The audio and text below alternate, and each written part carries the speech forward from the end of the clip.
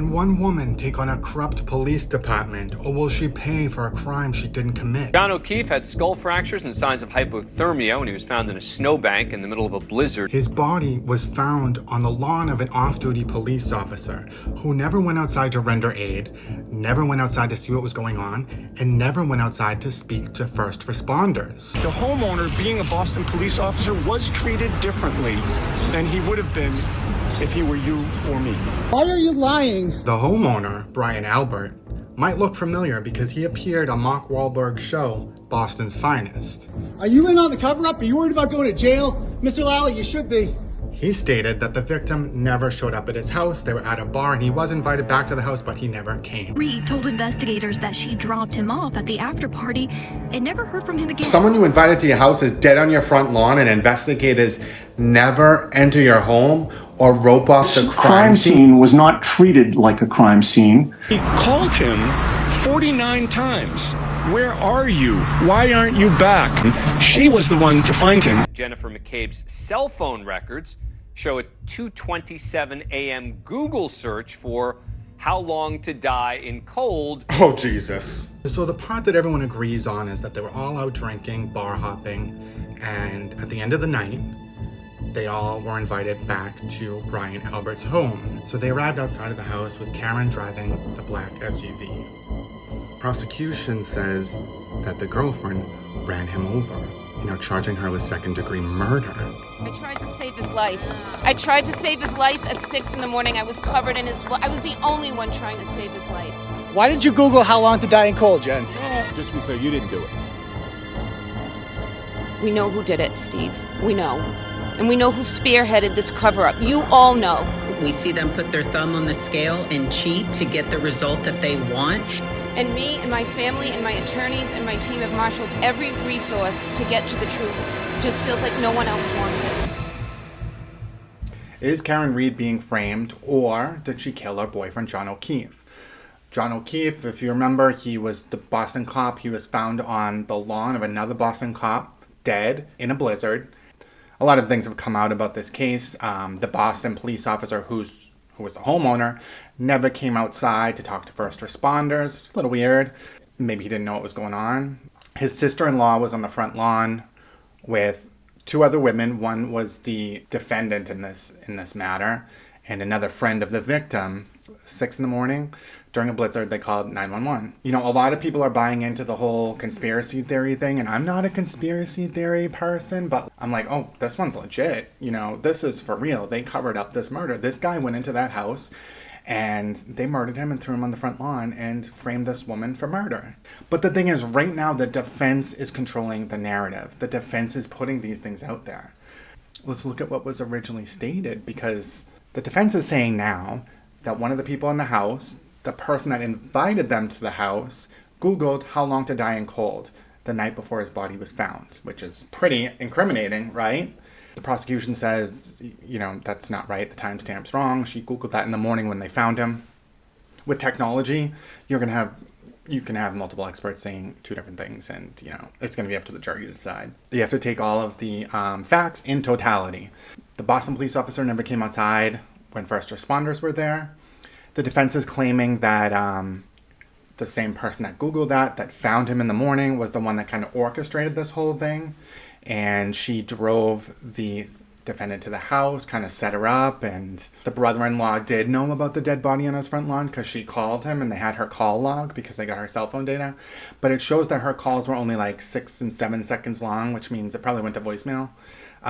So I don't think she did get through to him. I don't think that proves that anyone really answered the phone. The next thing is there was a bunch of people in the house that night. It was a party, 10, 12 people, and nobody saw anything. Nobody heard anything, and it's strange. So there are a bunch of witnesses. I think there's like 42 witnesses in total. What the defense is claiming is that the investigator was a family friend of the homeowner. He never investigated the home. There was no forensics done in the home to see if maybe the guy died inside. But they did question the 12, 15 people that were at the house, and all of them said they never saw the guy. He never came in the house. So, is that enough? I don't think it's common that many people could pull a story together that quickly, because I think The death is definitely a crime of passion. It's not something that was planned. I think that's pretty clear. So to think that all those people could pull a story together and stick to it for this long, it's just not likely. But let's look. Let's look at what else. It all started, they were all drinking together at a couple of bars the night before. Karen Reed and John O'Keefe, that's the couple in question, have been dating for about 2 years. I think their relationship was on the rocks, according to his niece and nephew who lived with him. And he took care of because their parents both died. So they were basically like his kids. And, you know, they said that they were fighting a lot recently and he was trying to kick her out of the house and he wanted to end the relationship and she refused to leave. So, I mean, they were on rocky ground. But everyone that night says they were perfectly fine. Everyone was getting along. There was no arguments. They were invited back to the house. She had a lot to drink. So the 911 call was made at 6:04 a.m. from Jen McCabe. This is the same person that Googled how long to die in snow, supposedly, and the same person that is the sister-in-law of the homeowner. And they interviewed Jennifer McCabe, the sister-in-law, immediately. She stated that her and her husband went to the Waterfall Bar and Grill at 9 p.m. the night before. She said that Karen O'Reed and John O'Keefe showed up around 11 p.m. She had been friends with John O'Keefe for several years. Their daughters were close friends. Technically his niece, but it's like his daughter. She said that Karen walked into the bar holding a cocktail glass that she stole from the other bar, which is kind of trashy. And so when they were doing last call at the bar, Jennifer McCabe extended the invitation to this couple, said, "Oh, why don't you come back with us?" At 12:14, she received a text from John O'Keefe saying, "Where to?" And she texted him some directions. At 12:18, I think they probably got lost, and he called for more specific directions. He entered into Waze the address of the house, and he pulled up to the house at 12:24. As she was coming down the street, another vehicle, they were kind of intersecting. This is Ryan Nagel, who was another witness, was heading to the same house to pick up his sister, who was partying for the homeowner's son's birthday. They met at the intersection. Karen Reed went first and he went behind her. She pulled up in front of the house near the mailbox and he pulled in front of the driveway. In the time that he was in front of the house, he saw the car sitting there, and at one point the car pulled up like a car length or two to the edge of the property. His sister came out and was like, "Oh, I'm going to stay. You know, I don't need to go." She invited them inside and they refused the invitation, and then he took off. His friend was driving. He was in the passenger seat. He noted that there was no damage to Karen Reed's vehicle. He said the brake lights were on the whole time, so she never put the car in park. When he passed the car, he saw a woman in the driver's seat gripping the steering wheel, staring straight ahead. And so the defense is saying that means that he didn't see anyone in the passenger seat, so the guy was already in the house. But that's not really what he said. He just said, like, he looked and that's who he saw. He didn't see if there was another passenger. And the prosecution's arguing that doesn't mean that he wasn't sitting in the passenger seat, he just didn't see him. This is one of the witnesses that, you know, the defense is claiming corroborates her story, that he ran inside the house and she was waiting for a text from him to say, like, "Oh, everything's fine, you can go home." At 12:31, Jennifer McCabe texts hello because she saw the SUV sitting out front. No response. And at 12:40, she texted, "Pull up behind me," like saying, "Pull up behind my car in the driveway. That's where you can park." Then at 12:45, she texted hello again, and then she said she saw the SUV driving away. I think she said she was at that house for another hour. She gave a couple of kids a ride home, and she was back at her house around 2:30. At 4:53 a.m., she was awoken by a phone call from John O'Keefe's niece's phone. And she answered. You know, you have kids, you answer calls late at night, like something's wrong. It was Karen on the phone. So Karen ran into her room and had her call Jennifer McCabe because the daughters are close friends, remember? And so the first thing that Karen Reed said was like, "I don't remember seeing him after the Waterfall Bar." And Jennifer McCabe was like, "No, you left with him and I saw your car outside of the house that we were partying at and like you never came inside." Karen Reed then said that they got into an argument and she dropped him off there. So she changed her story real quick once she heard there was a witness. Karen Reed arrived at Jennifer McCabe's home around 5:30 a.m. And Karen Reed had called another one of John's friends, Carrie, who also showed up at Jennifer McCabe's house. And they didn't know each other. She was being so frantic, like they were all like, "There's something really wrong." Jennifer McCabe was like, "You can't drive." And she took Karen Reed's car and drove it back to John O'Keefe's house, where they like checked on the niece and like checked around the house and just made sure like, you know, everything was okay. I think they just didn't trust, like, they were like, "What is going on?" Because she was so hyped up. And while they were driving back to John O'Keefe's house, Karen Reed was saying, could I have hit him? Did I hit him? And she showed both of the women a cracked tail light. And so I think all of the women got into Carrie's car. Carrie was driving, Jennifer McCabe was in the front, and Karen Reed was in the back. And as they approached 34 Fairview Road, Karen started freaking out, saying, I see him, there he is, his body.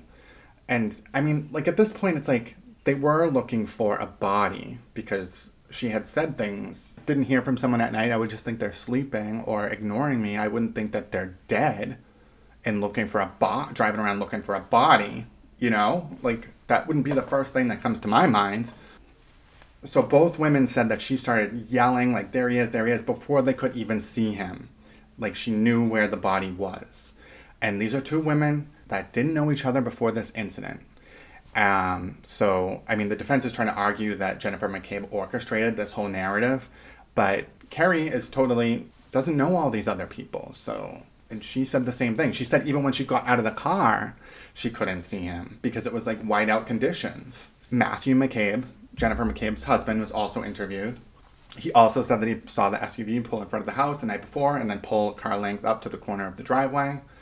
And he also observed the vehicle driving away in the same direction in which it was facing. This is key. Nicole Albert is the sister of Jen McCabe. And these are the homeowners, Brian and Nicole Albert. They said they were at the Waterfall Bar. They didn't know this couple. They didn't even know this couple was coming back to their house, but they would have been fine with it, like, whatever. They didn't know anything was going on. They didn't hear anything until Jennifer McCabe barged into their bedroom in the morning saying, oh my God, like, they just took away a dead body on your lawn. Julie Nagel, which is the girl that was being picked up by her brother Ryan Nagel. She also said that she saw the SUV because she was waiting for him to arrive and was like looking out the window. Also said the same thing. The car pulled up close to the mailbox and then it pulled a few car lengths into the corner where his body ended up being found. She left the house between 1:30 and 2 a.m. McCabe drove her home. She said that she saw a dark spot on the lawn near, the flagpole, like where the body was, but didn't think anything of it. I think that's probably likely. I mean, because his body was probably warm, and the snow was on everything. So it's, things like that stick out, but like you wouldn't think it was a body. You would think it's like a rock or something. So then we have Carrie Roberts. And Carrie Roberts is important because she's not related to the rest of these people. She doesn't know. She wasn't at the party the night before. She doesn't know a lot of these people. She got a call at 5 a.m. from Karen saying, John's dead. I think he might be dead. And she's like, what? She got up and drove to Jennifer McCabe's house to meet Karen there. Jennifer McCabe drove Karen's car back to her house. Carrie said that she thought that Karen was still intoxicated from the night before. So once they got back to O'Keefe's house, they all got in the car together and headed over to Fairmount Road. And Carrie said that in the car, Karen Reed was like texting and that she would just start screaming and was acting really like crazy. And, said she saw the body before they could even see it. She knew where it was. And she said that Karen kept asking, is he dead? Is he dead? Is he dead? Like asking every single person over and over and over. Canton firefighter Katie McLaughlin was dispatched at 6 a.m. She arrived on the scene, saw the victim and the trauma and asked what happened to him. And Karen said, I hit him. She said the victim was soaking wet with blood and vomit. And his time of death, he was pronounced dead at 7:50 a.m. His autopsy showed that his pancreas was a dark color, which shows that hypothermia was the cause of death, but that the skull fractures that he had are what made his eyes black, because it wasn't like a black eye like you see from punching someone out. It was a black eye, like blood in your eyeball from the skull fracture, like his skull filling up with blood. And that skull fracture probably incapacitated him, and then because he was left there, he got hypothermia and died. They say there was no evidence of a physical fight. There were scratches on his arm that the defense is arguing are dog bites or dog scratches, saying that the homeowner got rid of their German Shepherd after the incident, which is, it's compelling, but like, I'm not a medical expert, but I have been bitten by a dog and it's a U shape. Like, it's not just a pattern of parallel lines, which is what is shown in his autopsy photo. I mean, that's indicative of being dragged or being thrown across a hard surface or being hit with something. The defense is doing this whole dog theory, and I think that got a lot of people on board with the conspiracy because they're like, oh my God, well, how does he have dog bites? But I mean, I don't think it's dog bites. No medical examiner is saying that those are dog bites. Like, no one is saying that's dog bites except for the defense. It's just a narrative that they're pushing out to persuade the court of public opinion. And it's working. John O'Keefe's brother said that Karen Read spent about half an hour with the family and then took off to her family's house in Dighton in a blizzard. And, kind of questioned that. That was a little weird. So at 4:30 p.m., troopers showed up at her parents' house in Dighton and interviewed her. She said that she met O'Keefe at 9 p.m. at the first bar and said she was drinking vodka sodas. She described the glassware, because I think they're trying to match the glass that was found at the scene. She denied taking a drink from one bar to the next, which is like, whatever. I don't think that's too incriminating. Just admit it if you did it. It can be a little trashy. She said that she dropped the victim off at Fairview Roadhouse and then went home because of stomach issues. She said that she first observed the broken taillight in the morning and wasn't sure how she got it. So the key here is that she said that she did a 3-point turn. And, the witnesses, I guess it's just one witness, said that he saw her taking off in the direction that she was already facing. So no 3-point turn. And if you look at the map, there would be no reason for her to do a 3-point turn. I don't think she did a 3-point turn. It's a way to say, oh, it was an accident, right? If he did a 3-point turn and accidentally hit someone, but I think, his injuries are kind of indicative that it was no 3-point turn. She said she was trying to contact the victim throughout the night and that they had gotten in an argument the day before about what she served the niece for breakfast. So at that point, her SUV was seized and towed to the Canton Police Department. They checked her braking system, no deficiencies. They noticed a deep scratch on the right bumper, a dent, some peeled paint, and the broken taillight. And they found hair and glass embedded in the bumper. They did a test with a 6-foot-tall person or dummy behind the car to see if all of its, security features went off. The dash cam was working perfectly, and all the audio and visual, warnings of you're backing into someone went off. Would have known if you hit something. It's not like, oh, I just did a 3-point turn and I didn't fucking know. No. So after that, the CERT team was dispatched, and they located a sneaker and the rest of the taillight. And a lot of people are like, oh, well, how did they find the taillight after that? The CERT team was digging through the snow. I don't think the first responders were digging into the snow. I think they said they had a leaf blower and they were trying to clear off the area. But, plows were coming by, so things probably got buried in the snow, the taillight especially, and the sneaker. And so that's why they didn't find it for hours. At least that's what the prosecution is claiming. The defense is saying, oh, well, it was planted. Because her car was impounded at that point, so they're claiming that they planted the glass there. So then we have his ring cam. His ring cam shows Karen Read leaving the residence at 5:08 a.m., but it never shows her coming home. And that's a question, where's that ring cam? When she was coming home, where's that? When she backs out to leave, she comes really close to his car, or she hits his car, and I think that's reasonable doubt right there. Maybe she hit it, maybe she didn't, but the defense is saying she hit it and that's why she broke her taillight. But no glass or anything was ever recovered from there. But if there's a big conspiracy and they're all planting stuff, that's why. But do with that what you will. So then they did a video canvas. They got all of this footage from the bar, the first bar that they were at. She had 7 drinks there between 9 p.m. and 10:40. So between 9 p.m. and 10:40, she had 7 drinks. And I mean, I don't know what her weight is, but she looks like she's probably 120 pounds at most. So, I mean, that's a lot of drinks for someone that small. And then they went to the waterfall, and it doesn't say how many drinks they had there, in this report anyway. But I'm assuming they had at least a couple. But the video does show O'Keefe leaving the bar with the glass. And I think they're inferring that that's the glass that was found with his body. So the video canvas shows Canton Library, 12:15, it shows her driving to the house. The interesting video is the one that they have of that morning. Because that morning at 5:08 a.m., she's showing leaving John O'Keefe's house and going to Jennifer McCabe's house, which is only 6 minutes away. But she doesn't get there till 5:30. Library shows her, going back towards the Waterfall Bar and then going back down the street and kind of retracing her steps, possibly back to the Fairmount Road home. It does seem like that's most likely what happened. Maybe she didn't find it, but it does seem like she was trying to get back there, going the same way that they went the night before and trying to find that house. Because it wasn't her phone that was used for navigation, so she had to do it by memory. I think they're inferring that she saw the body and knew exactly where it was going to be at that point, and that she went back to get the other 2 women so that she could find the body with them. So now we get into the nephew, 10-year-old nephew that John O'Keefe was raising as a son. Just said that the couple fought a lot. They argued a decent amount of time. He said that they had a fight recently where John O'Keefe was telling her he wanted her to leave the house and she refused to leave. He had a sleepover that night, so he wasn't home. And then the niece, the 14-year-old niece, who is close friends with Jennifer McCabe's daughter. She said that the couple argued 2 to 3 times per week, so fairly often. She said recently she heard O'Keefe tell her to leave the house and she refused to leave, same thing that the 10-year-old said. She said that night, or that morning, Karen woke her up at 4:30 a.m. screaming, "I need your phone," and started trying to call John on her phone. And he didn't answer, obviously. And then she told the niece to call Jennifer McCabe, like her best friend's mother, and get her on the phone. And, then she started freaking out to her. The niece said that Karen changed her story multiple times while on the call, saying at first she said, "I don't remember anything last night. Like, I don't even remember going to that house. I only remember the bar, and that's the last time I saw him." And then she changed it to, "Oh, I dropped him off at there after we had an argument." So, I mean, I don't think that his niece is going to be in on this conspiracy, right? She's going to just be telling the truth. She's not interested in any kind of agenda. She's just answering cops' questions. Like, come on.